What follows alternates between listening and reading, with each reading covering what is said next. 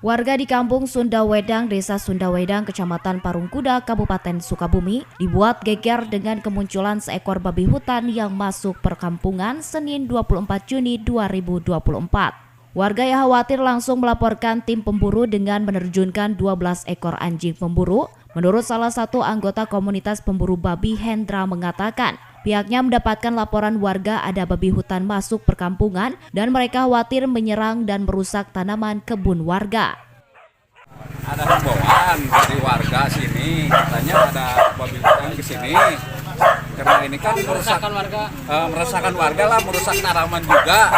Minta tolong akhirnya kepada tim pemburu semua, dimanfaatkan semua. Akhirnya ke sini ditinjaulah. Sementara itu, dalam perburuannya tersebut, komunitas pemburu langsung menerjunkan 12 ekor anjing dan berhasil menangkap babi hutan liar tersebut. Dari Kabupaten Sukabumi, Muhammad Ujang Heriaman, Tim Liputan MGS TV melaporkan.